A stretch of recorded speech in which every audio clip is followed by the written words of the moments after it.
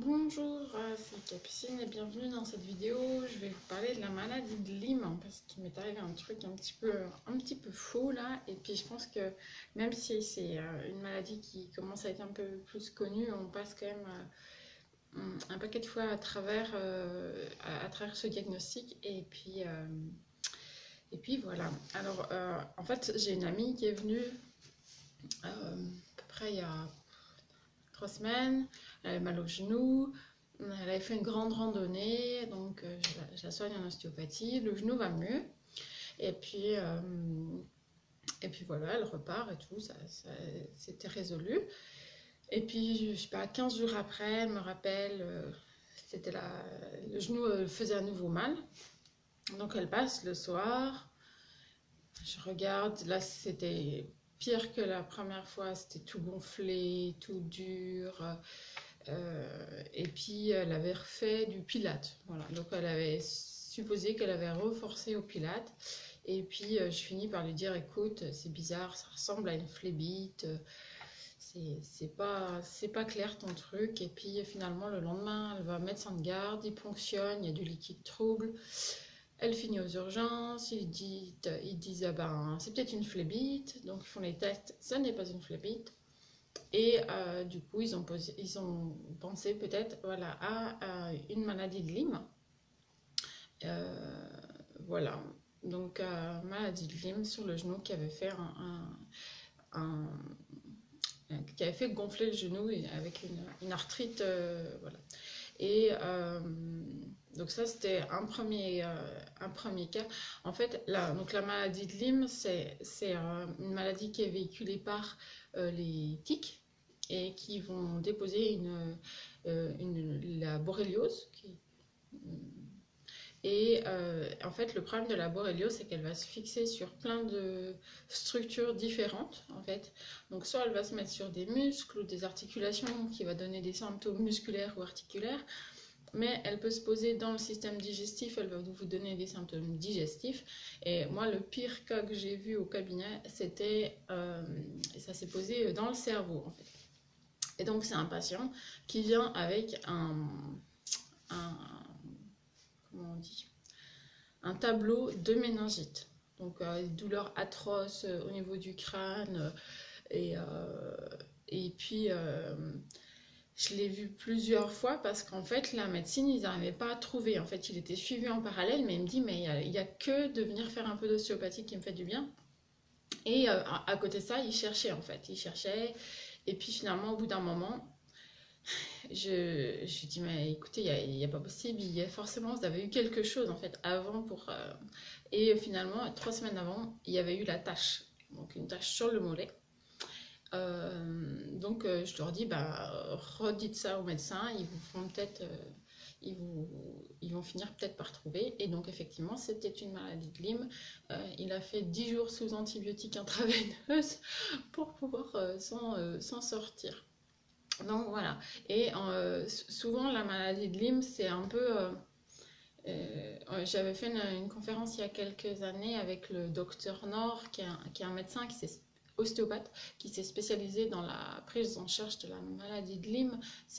J'aime beaucoup son travail. Je pense que vous pouvez retrouver sur Internet des choses. Et c'est vrai que voilà, il nous avait dit que c'était un petit peu des tableaux idiopathiques en fait. C'est quelque chose, mais c'est bizarre. C'est pas le tableau, il est pas complètement complet. Il manque des trucs. Il nous disait ça pouvait être même des Alzheimer idiopathiques, un peu bizarre, des scléroses en plaques. Voilà, parce que du coup, la borrélie, elle peut aussi se mettre sur les nerfs. Et je ne sais pas si vous avez regardé un peu Dr House, mais il y a quelques années, ils s'étaient servis d'un réel cas pour faire une de leurs saisons, quoi, un des épisodes. Et donc en fait, c'était des enfants qui étaient dans des centres pour autisme. Et il y a un jour, ça c'est l'histoire vraie hein, dans Doctor House, ils avaient brodé un petit peu, mais voilà, dans le centre, en fait, il y a un des gamins qui faisait des dessins, puis il y a un biologiste qui arrive et qui, pour aller voir un de ses copains, médecin, qui était là-bas, puis il fait, oh bah tiens, tes gamins, ils dessinent des borélioses. Il dit, quoi, qu'est-ce que tu racontes? Et puis, donc, ils se sont dit, mais s'ils dessinent des borélioses, c'est qu'il doit les voir. Et en fait, ils ont fait un fond d'œil. Ils ont regardé dans les yeux. Et en fait, les gamins, ils étaient bourrés de boréliose. Et donc, ils ont traité la maladie de Lyme. Et ils ont sorti, je ne sais plus de tête là, mais ils ont sorti une partie des gamins qui étaient dans le centre pour autisme. Parce qu'en fait, c'était pas un autisme, c'était une boréliose. Donc voilà, ça peut vraiment prendre des formes diverses et variées. Et la petite subtilité française, c'est que les laboratoires classiques, ils ne testent pas toutes les souches de boréliose, ils testent la souche américaine qui représente à peu près 15% des souches. Et il y a 5 laboratoires en France qui vont faire le test complet. Donc je vais vous les donner et vous pouvez faire des envois en fait là-bas pour tester si vous avez la boréliose ou pas. Donc il y a, alors alors je les lis hein, parce que je les connais pas par cœur. C'est Ginz à Munzing, je vous noterai en dessous. Hein. Il y a les 4 vents à Schittingheim. Désolée, je suis pas d'Alsace. Hein.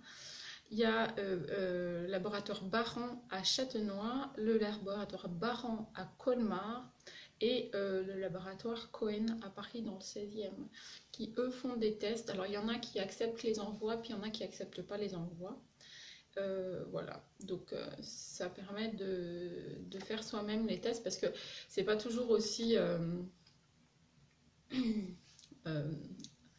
énorme comme maladie. On peut avoir des choses un peu plus sourdes et avec des trucs un petit peu plus chroniques. Voilà, moi j'ai fait beaucoup de courses d'orientation, donc on était beaucoup sensibilisés à cette maladie parce qu'on s'est fait régulièrement piquer par des tiques et donc c'est vraiment quelque chose, moi j'ai été testée tous les ans, tant que je faisais du sport à haut niveau, j'ai toujours été testée et puis voilà, j'ai quelques amis qui ont fait des maladies de Lyme, moi j'ai vu, donc le truc classique c'est vous avez une tache circulaire, un petit anneau qui est fripé et qui grandit en fait. Donc ça c'est vraiment le truc, si vous avez ça c'est obligé, vous avez la maladie de Lyme, vous pouvez directement aller voir le médecin qui vous donne ces antibiotiques. Et puis après il y a tous les trucs un peu, voilà, les taches rouges, juste une tache rouge ou des trucs un petit peu plus, qui passent un peu plus inaperçus. Voilà, j'espère que ça aura aidé certains. Et puis, voilà, n'hésitez pas à partager si vous avez des gens qui ont des trucs un petit peu bizarres, si vous avez été piqué et puis que les tests sont ressortis négatifs. Une chose aussi que disait le docteur Nord, lui, il suppose qu'en fait la maladie, elle reste toujours dans le corps. Même si on a été soigné une première fois avec des antibiotiques, en fait, elle persiste un peu cachée et que quand notre système immunitaire baisse, en fait, ça peut réactiver une maladie de Lyme. Voilà, moi je l'ai déjà vu chez certaines personnes. Voilà, donc les avis ils divergent là-dessus, mais je trouve que c'est important quand même d'avoir cette notion que si ça nous arrive à nous, ben, on est bien content de savoir que ça peut être ça et de traiter en conséquence. Donc voilà, j'ai fait le tour pour la maladie de Lyme. Et vous pouvez vous inscrire sur mon blog si vous voulez avoir des informations sur d'autres choses. C'est plutôt le mouvement, la santé et tout ça. Et puis vous aurez un bonus sur les réflexes archaïques. Voilà. Et puis sur la motricité de l'enfant, quoi, plein de choses complémentaires que vous recevrez par mail. Voilà, à très bientôt pour une prochaine vidéo.